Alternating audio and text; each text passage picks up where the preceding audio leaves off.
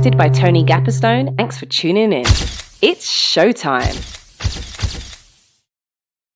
Hey, thanks for tuning in, everybody. My name is Tony Gapperstone, and I am the founder and executive director of BraveMaker. I am an actor and a filmmaker myself. I am from and doing this live from Redwood City, California, which is where BraveMaker is headquartered and where the 5th annual BraveMaker Film Festival will be happening July 13th through the 16th of 2023. So if you are listening to my voice and you're watching this video, go to bravemaker.com and get your tickets, because today on episode 196, you are going to meet two filmmakers that are going to share their work with us in the film festival, and they are programmed together because their films have very similar themes, and I'm really excited that you get to meet them. So again, I'm Tony Gapperstone. You can find me on all the socials at Tony Gapperstone, or my website at tonygap.com. Episode 196, two filmmakers, and they're going to share their story. Before we do, I want you to take a look, just a quick look at the trailer, or one of the trailers for the BraveMaker Film Festival. Take a look, and if you're listening, a listen.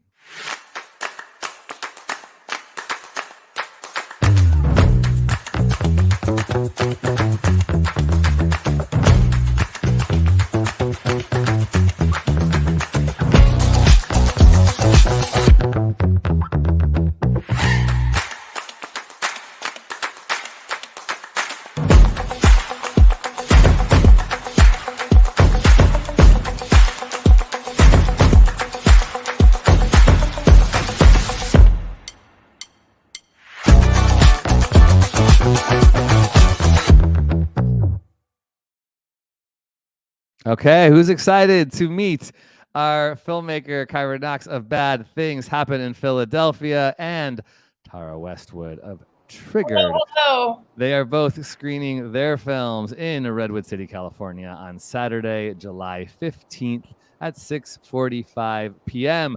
Would you two do us the pleasure of introducing yourself to our audience? Share whatever you want. If you want to share where you're videoing in today, your pronouns, and anything else about your identity as a creative person, I would love that. Let's start with you, KYRA. Go ahead. I'm KYRA. My pronouns are she and her. I am from Philly, so I am a Philly girl all day, every day. And for me, I'm a filmmaker that quit her corporate job 5 years ago to follow her dreams. And 5 years later, I'm making movies. So. Woo! And getting standing ovations at the Miami Black American Film Festival. Yes, awesome. Yes. Tara. I'm Tara Westwood. I've been an actress forever. I started producing kind of so I could get the ability to hire myself, to be honest with you. If you want to, if you're not happy with the roles you're getting, start producing things. And then Triggered short film, which is what we're here for, is my directorial debut. And I'm sure we'll talk about why we chose to make these films. So I'll hold off on that. Yeah, that's great. I love that. So this is your first time with us, Tara, as a filmmaker and on the show. So thank you for being a part of this. And KYRA was on a few months back. We were Twitter friends. And then I love that, at the same time, Bad Things in Philly was coming out into the world. So I feel very lucky to have both of you all today to promote and talk about your film. We're 3 weeks away from the BraveMaker Film Festival. So if people are watching this or listening, you're going to kind of get a little bit of insight, maybe a little more in depth than we'll do in the panel discussions that we do have after every film screening. But you both focused in different ways, one a short narrative and one a feature documentary on guns and their impact upon people, especially in our country. So let's talk through Bad Things Happen in Philadelphia. You've been screening this out in the world publicly. First one was in Miami. KYRA, can you talk about some of the conversations that you are seeing rise up and why this was important to you to make this film? It was very important for me to make Bad Things Happen in Philadelphia because I have seen, my city change from back when I was a kid. And when we first started filming this, I had no idea. And this was back in 2021 that we started filming. I had no idea that we were going to break the record of gun violence in Philadelphia that year, back from the 70s. And find out that it's getting worse and worse and worse. And I just felt as though that it was important for someone that actually lives in Philadelphia still and is not in the suburbs or anything like that, born and raised, to come in and tell this story. And it's not all bad. You know, we feature my cousin's organization, Shoot Basketball's Not People, that he's working hard to keep these kids off of the street, utilizing his love of basketball.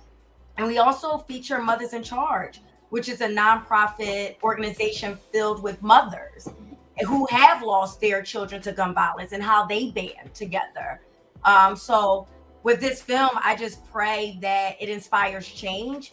And when we premiered this past weekend in Miami for ABFF, we received a standing ovation, and the conversations afterwards were just powerful and impactful. Super proud to see the work that you're doing, and Shoot Basketball Not People is such a cool organization. Like, I have such mad respect for Coach Gary, right?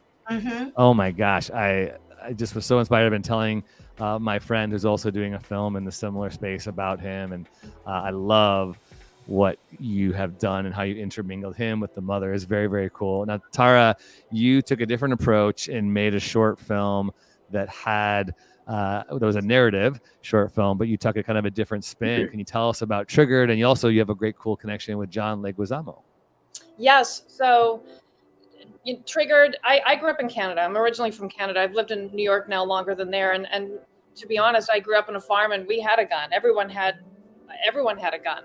And when I moved to the States, I just could not believe the gun violence that's here, the epidemic that it is, because again, we have guns. We have a lot of guns. We just don't have the same problem here. So it's always been something that I cared a lot about. And it was always something I knew I wanted to make a film about.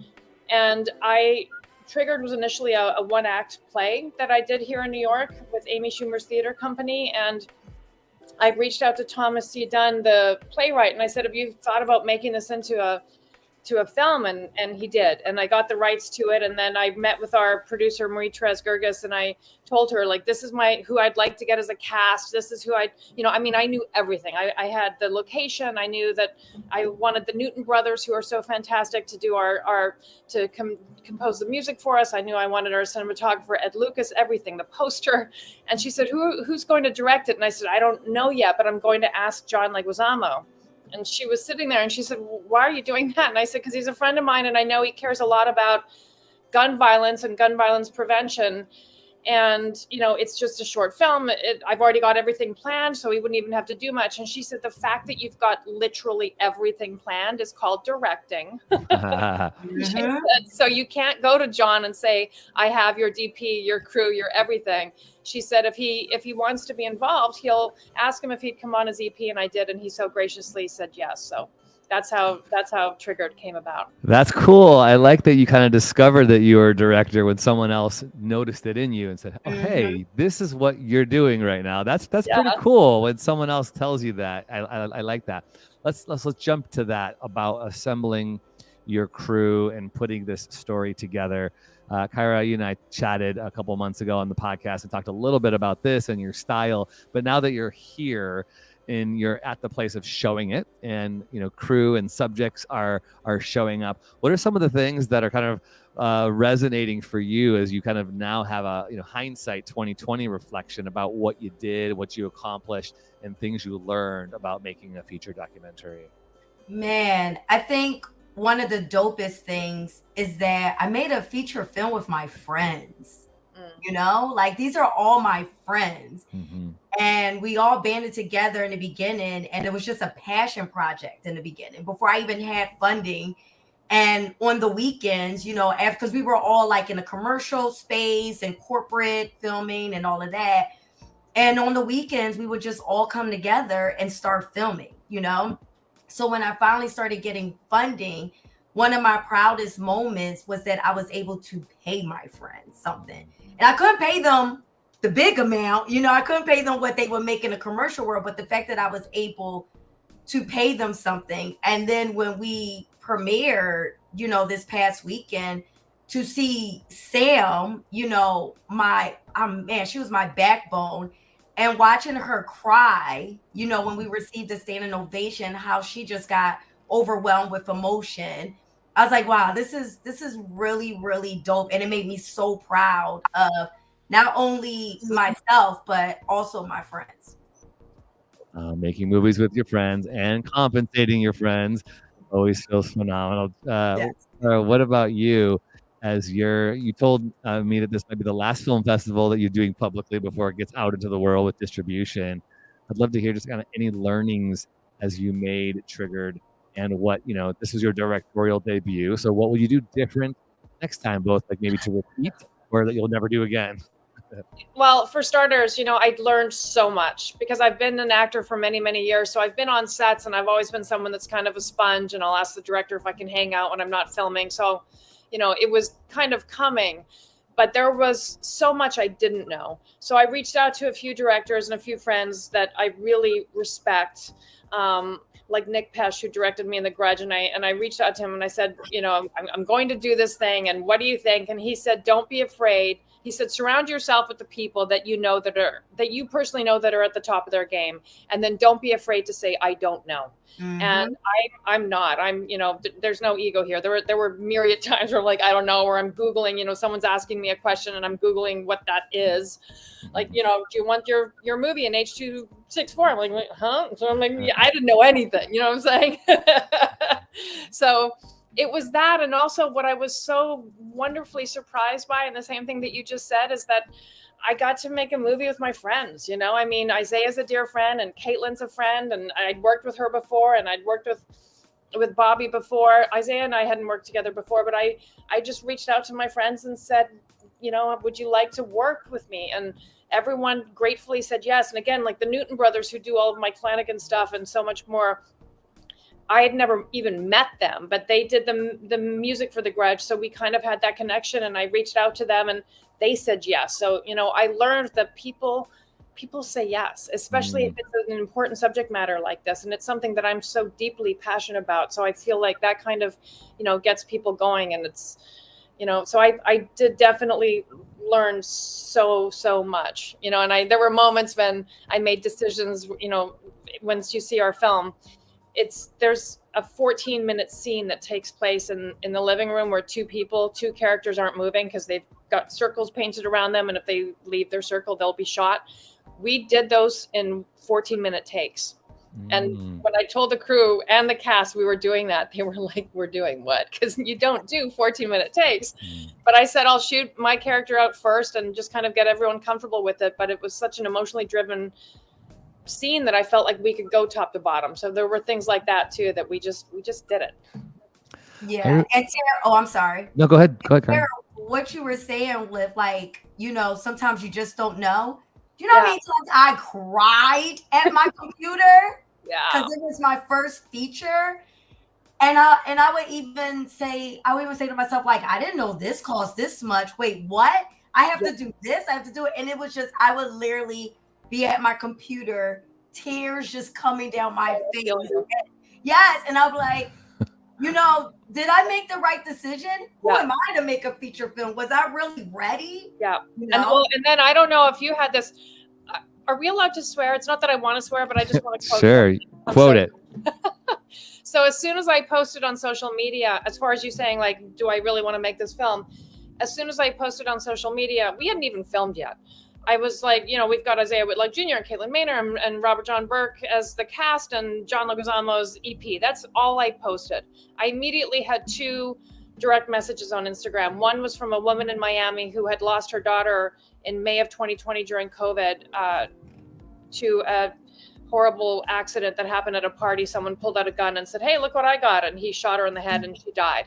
And she said, please make this movie and make a difference. And the second message was, fuck you, you cunt. I love my guns.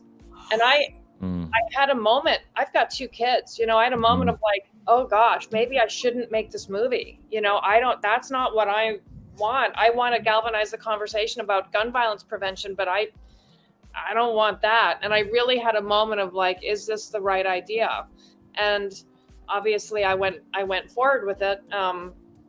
because I think that we have to, art can make a difference and we have to do this. So, but I definitely had a lot of moments, starting with even before I filmed it. How should I be doing this? Making a movie in general is such a huge responsibility and weight that we carry. But then both of you making movies with such political and cultural impact is just a whole other weight on top of the art and the craft of doing what you did. So that's a really interesting example of just the negative kind of blowback, right, that you're experiencing on top of your own kind of personal, emotional journey. So I guess I want to hear a little bit about that, because both of your films are about these really difficult topics, talking about lives being lost due to guns. So anything you can talk to us about this subject matter? It's obviously super relevant with all the mass shootings happening daily in our country. And then, where you were, KYRA, Philadelphia, the deaths that happen per day in your state is, tragic. What thoughts can you share with us about what you have learned, or what your movies have taught you on either side with the topic and or the filmmaking for such like a heavy topic? Can you hear me? Something's going on with my camera. We can hear you. We can't see you. Oh man. It's okay. So keep figuring it out. We'll let's see if we can get you in and out, and we'll have Tara riff on that. You want me to start? Yeah. So, for starters, it's not as simple as saying it's a Democratic and Republican problem. Yeah. I don't believe that. I think it's an American problem. And I know plenty of Republicans. I know 80% of NRA members believe that there should be better background checks, for example. So it's, why the government's not choosing to do more. And there have been a lot of changes the last year, so I'm grateful for that. But, I think people would be surprised how willing some people are. Like, I had a lot of gun owners come up to me after seeing Triggered at different festivals and say, listen, I'm not giving up all my guns, but you just made me feel something I wasn't expecting to feel. And let's have a conversation. I think people would be surprised how, despite how divided the country is about this subject, how open people are to some change, Tara, what change are things that could be easily acted upon right now? I mean, improving the process. What other things, making sure that if you have a gun that's locked up and it's not available for children and young people, what other things can people actively do? Yeah, I mean, there was that horrible story just last week of a 2.5-year-old little boy who shot and killed his 8-month pregnant mother. So listen, that family's gone through such incredible trauma I can't even begin to fathom.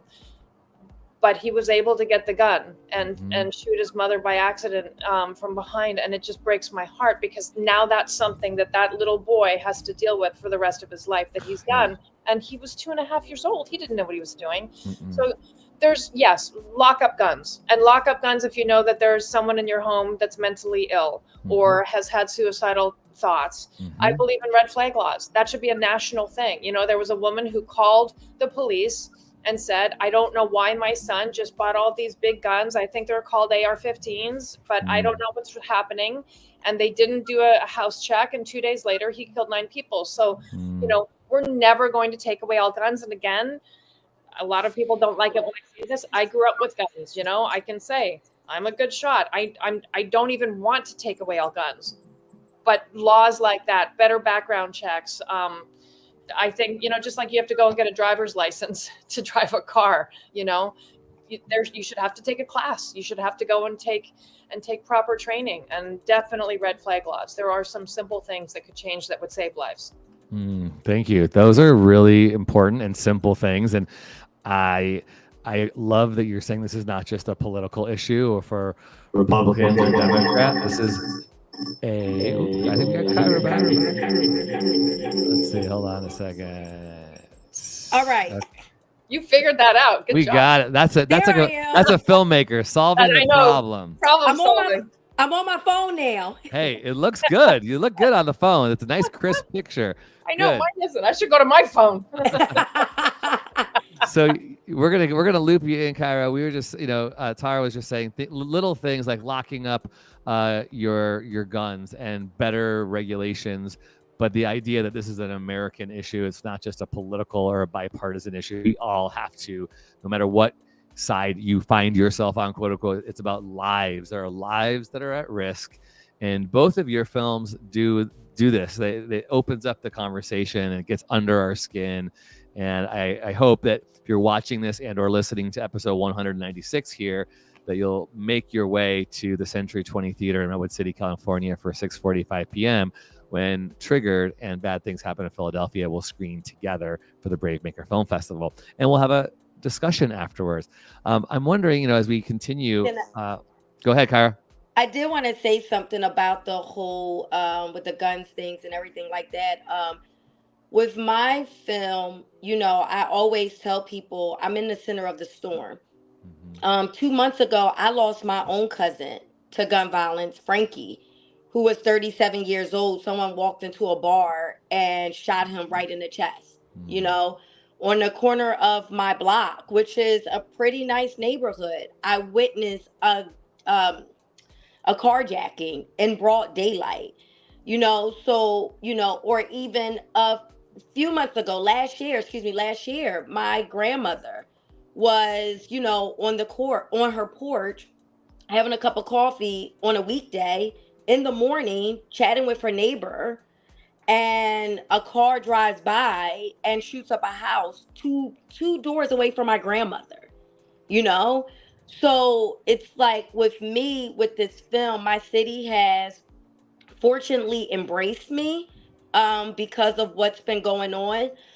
Excuse me. And I'm not a transplant, I'm not coming from the suburbs. I'm here, center of the storm. Excuse me, Germantown Avenue. I'm right here. You are in the center of the storm, and I think that's what makes it a good story, is that you're coming as a documentarian with a heart for your own city, and you're sharing the stories and you're elevating the people who have been most impacted in Philadelphia. So this film, Bad Things Happen in Philadelphia, by KNOX, you'll also get to meet some of the subjects of the film. If you come to Redwood City on July 15th, we're really excited to be able to chat with you and some of your subjects and the people who helped make this film. Tara, you're sending your cinematographer, Ed, to be with us. Now, you have a background in acting. You started as an actor. You talked about making your own content. I want to just highlight, because I didn't get a chance to a second ago, I really liked what you were saying about just asking for what you need, asking for help, looking for support. Yeah. Sometimes you're going to get a no, but it sounds like you got a lot of yeses. Can you talk about, is this launching into something more Triggered? Is there more around this story coming? Or do you have new projects coming? What does the future look like? Thomas C. Dunn has just written his first pass of the feature. Wow. So yes, the Triggered will be a feature. There's a long road ahead of us now. Yep. It's a lot easier to finance a short film than it is a feature film. Uh-huh. And so now there's that whole nightmare. I don't want to call it a nightmare, but it kind of is, to get to the dream, which I don't even know how to do any of that. So we're going to figure that out. But yes, and I'm so excited to turn this into a feature, because we keep saying about how much of an epidemic that there is. And I do really feel strongly that when people would come and see Triggered, we were at a festival right when Uvalde happened.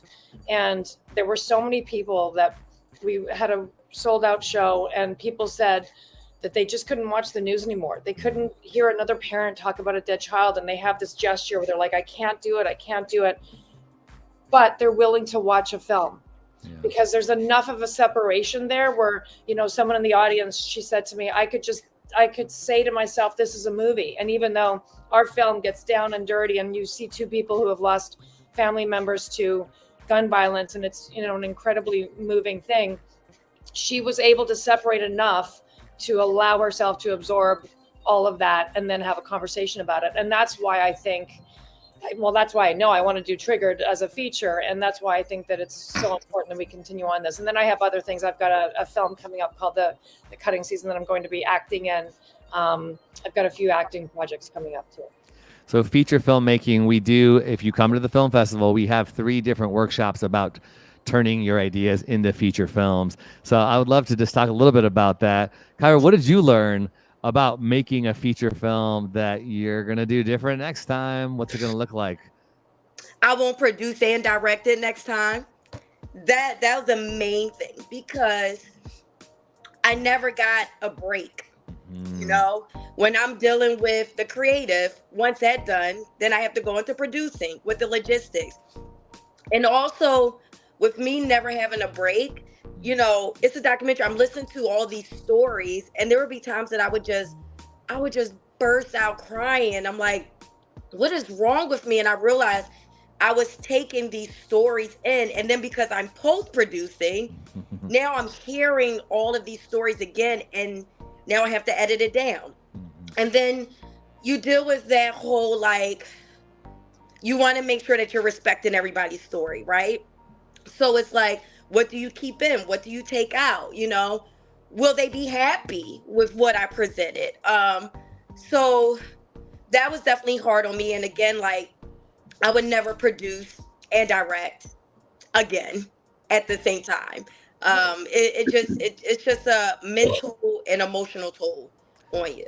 It's so good to know that, to have this experience and go, next time I need to have more people and more support in place. And we all, indie filmmakers, this is so much of the lot, unfortunately. We're doing we're spinning so many plates, and we're raising the funds. And then I always feel sometimes as a feature, my feature experience was I raised all the funds, and then everyone's like, cool, I'll take that. And they're like taking all the money. I'm like, where'd it go? You know, Yep. I have found I want more people to shoulder that responsibility, that nobody will get a producer credit unless they are directly responsible for raising the money too. Because it's easy to spend other people's money, but when you personally raise it and or give it, it's different. Yeah.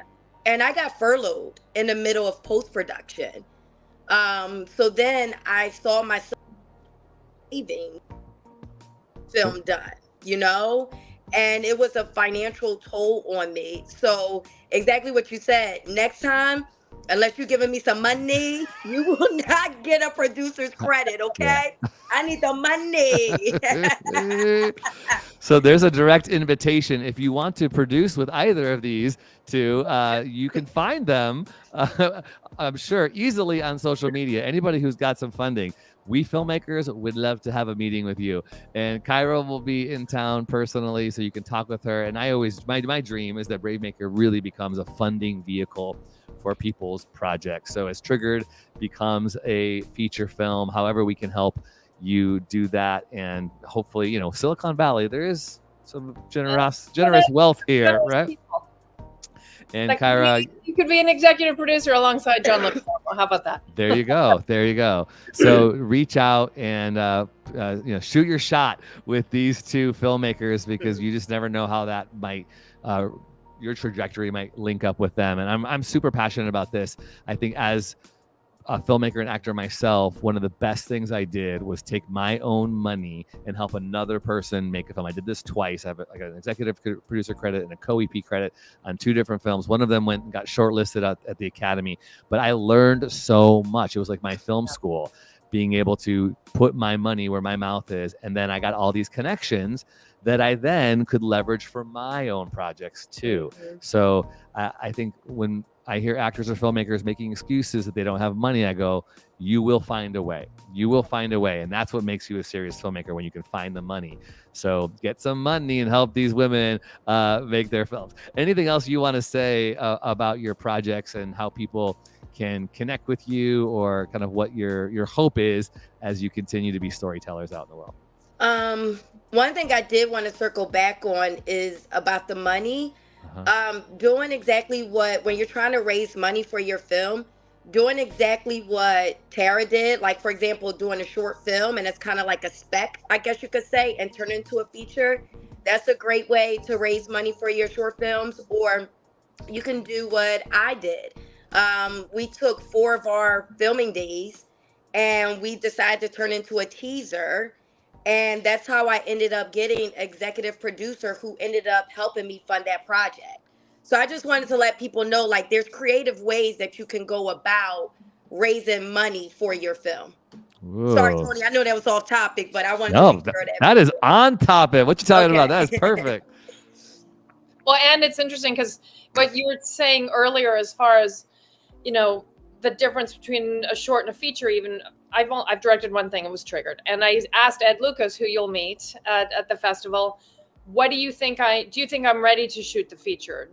Am I ready to be a feature director? Because he's done so much more than I. And he said, you absolutely are. The only thing you're going to have to learn how to do, Westwood, he's got this British accent. He's like, you've got to let go of the reins. He'll hate that I'm mimicking him. He says I have a terrible accent, but I would have happily have let go of the reins, except I didn't have a production designer. You know, I didn't have Mariah Bergeron, who was our production manager, kind of did a little bit of everything, but you know, I'm the one that was set up the living room and the location scout and, you know, everything. So I gave up a lot of what normally would have been on a set in order to have a second camera.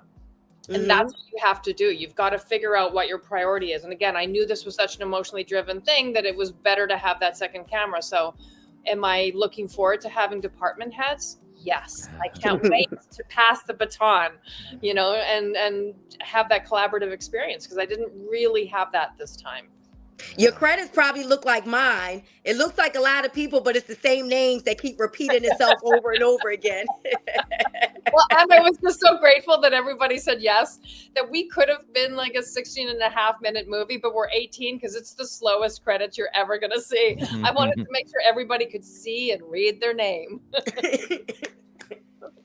Anything you two want to ask of each other before we close out our conversation today? How did it feel, you know, coming from Canada and then doing a short film about gun violence here in the States?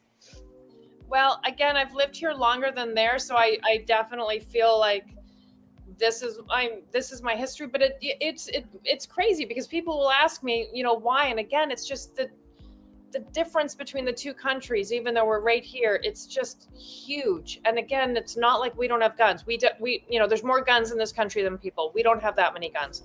But as I said, we have a lot of guns, and we don't have the violence. So it's interesting for me to be at a festival and talk about it, because people assume, like I was doing an interview like this once, and there's no question that and it was for a TV show, they thought I was anti-gun, wanted, you know, no Second Amendment.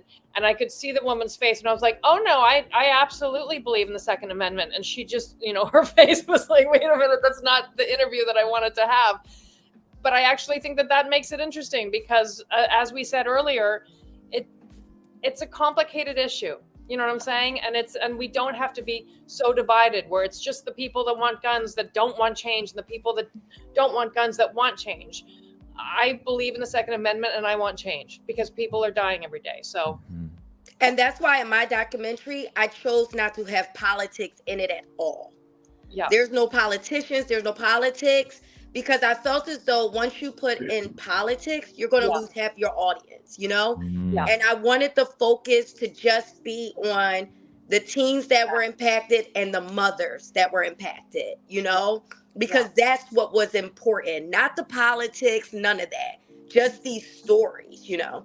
Well, I appreciate that, and I can't wait to see your film, because Thomas Dunn and I were just talking yesterday. He wrote Triggered, and again, he's writing the feature right now about that, about how it's so often, and listen, I play a senator in Triggered, so it's definitely a political thing, but we don't hear enough about the impact of how this impacts families, and how this impacts the person that has to go clean that kindergarten room and clean the blood. And I don't want to be that graphic, but that happens. And we don't talk enough about that, because again, that's where people are like, oh, I can't deal with that. But if we can't deal with it, then nothing's going to change, you know?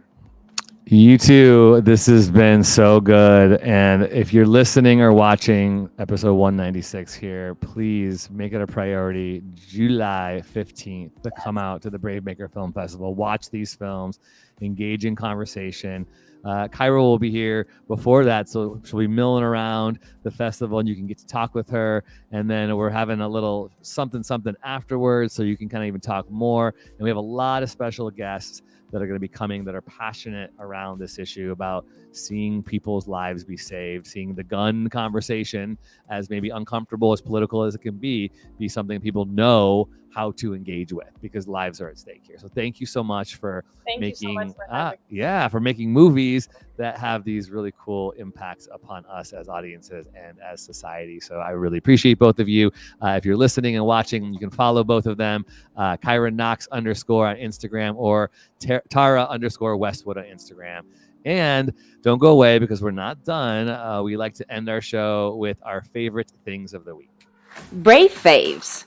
TV shows, films, books, songs, technology, clothing, podcast, food, and more. These are a few of our favorite people, places, and things. Brave Faves. All right. I am so behind the times. I know. I finally got to Peacock's original show with Natasha Lyonne called Poker Face. And the pilot episode was so good. Transparently, I've only watched 1.5 episodes so far, but the first episode was really engaging.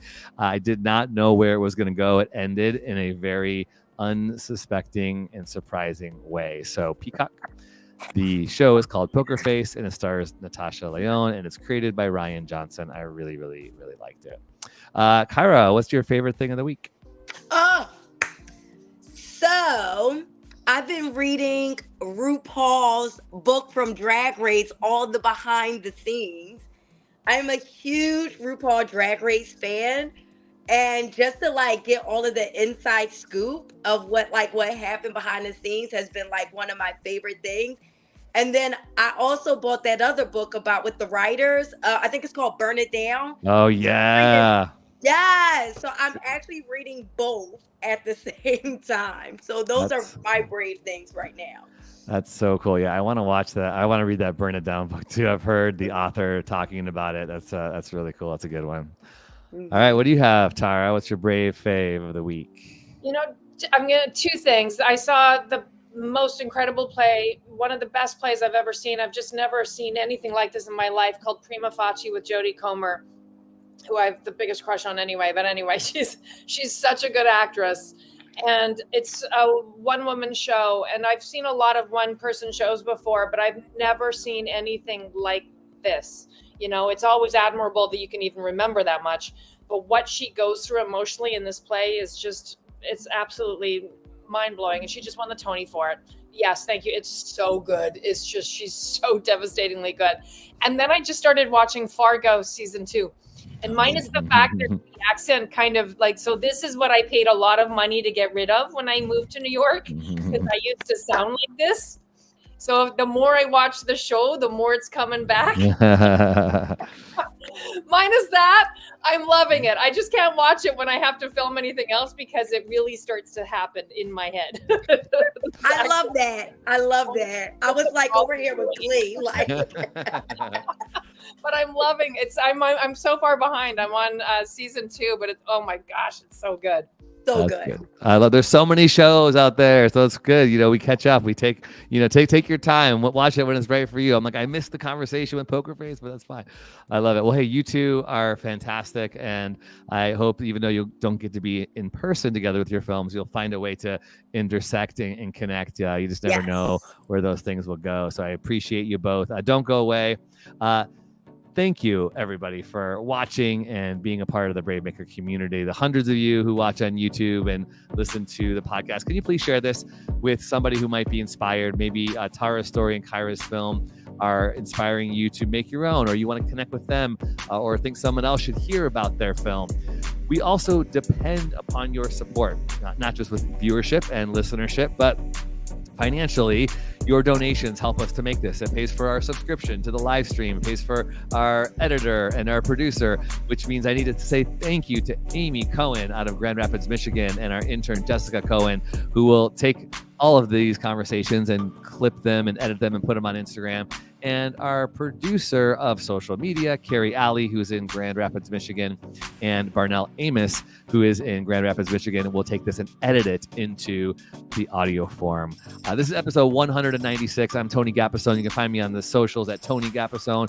BraveMaker is BraveMaker.org. But follow us at BraveMaker Film Fest and get your tickets today at BraveMaker.com. It's a lot of BraveMaker stuff, but you can find us. We're easy to find. We're everywhere. 5 years of curating movies and having discussions about justice, diversity, and inclusion. And if we can help you go after your creative dreams, reach out to us. We have an academy that helps write scripts, and we have acting classes. We have all sorts of fun stuff. I love this work, and I'm really, really grateful to do it. So thank you for watching, and thank you for being a part of this. And July 13th through the 16th in Redwood City, California, that is the festival. Thank you to Tara, and thank you to KYRA for being a part. We're excited to July 15th watch your movies together and talk about them. All right, y'all. Until next time, next week we have some more filmmakers from the festival, so do not miss next week's show. I don't have the exact names and films of who they represent yet, but they will be good because they're a part of the BraveMaker community. So until next time, brave stories change the world, and you are the story. All right, see you, everybody. Bye-bye.